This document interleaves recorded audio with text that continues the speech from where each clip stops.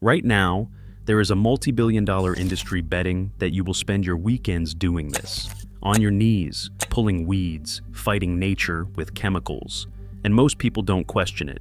They just assume that's what gardening is. But what if it's not? What if the entire system is backwards? Because here's the truth. They don't want you to know that some of the most powerful food plants on Earth grow themselves. No watering, no maintenance, no effort. And for centuries, farmers didn't try to grow them. They tried to get rid of them. Today, we're not looking at gardening tips. We're uncovering a forgotten system backed by research, history, and survival. A system that produced more food with less work than what most people are doing today. Because think about it, why are we taught that growing food should be time-consuming, physically exhausting, dependent on products you have to keep buying? Why does it always feel like you're fighting something? That's not an accident. Because modern gardening, for most people, is built around fragility.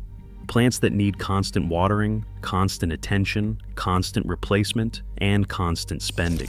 But nature doesn't work like that. Nature builds systems that take care of themselves. And the key to unlocking that is something most people ignore completely: weeds. Because what if I told you the plants you've been pulling out of your garden are actually more nutritious than your vegetables, more resilient than anything you can buy, and already perfectly adapted to your environment? They don't need your help. They're already winning. This isn't gardening, this is lazy gardening, and it works better. Let's start with something most people completely overlook: sweetgrass. Most people think mosquito protection comes in a spray can, something you buy, use, and then buy again. But here is what is crazy. Natural plant compounds like sweetgrass have been shown to perform similarly to synthetic repellents. And the difference is simple. You do not reapply it. You plant it once, and it comes back every single year. No cost, no chemicals, no effort, just protection built into your environment. Now, let's talk about defense. Because your garden doesn't just need to grow, it needs to survive. Chives. For centuries, people planted chives around their crops, not for flavor, for protection.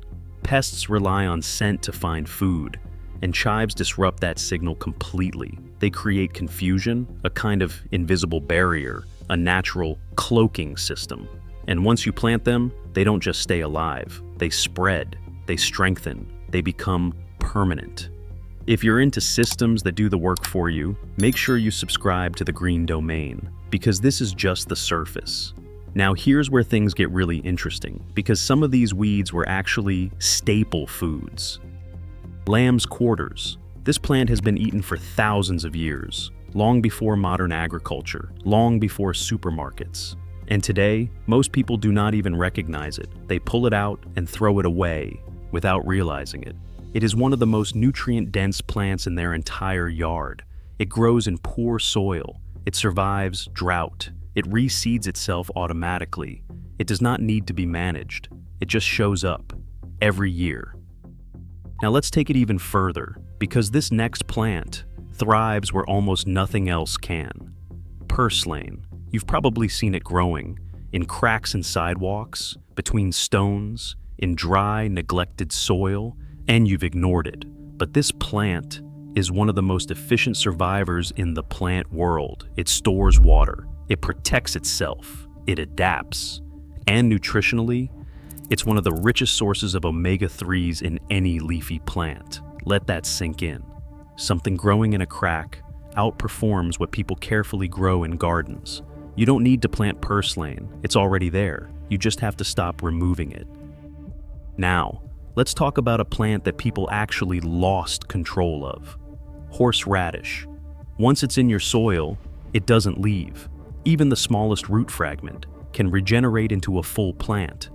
People tried to contain it. Walls didn't work. Barriers didn't work. Because it doesn't rely on ideal conditions. It forces its way through them. And that's exactly what makes it valuable. Because in a system like this, you don't want fragile plants. You want unstoppable ones. Now, if you want to build a system, you need something that fuels everything else. Comfrey. This plant does something most plants cannot. It reaches deep, far below the surface, into layers of soil untouched by other roots, and it pulls nutrients up from where nothing else can reach. Then you cut the leaves, drop them on the ground, and those nutrients return to the surface, exactly where your other plants need them.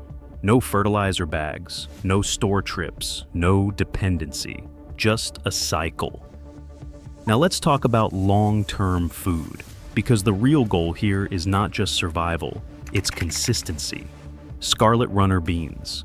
Plant them once, and in the right conditions they can come back for years, producing food, improving soil, climbing and expanding naturally.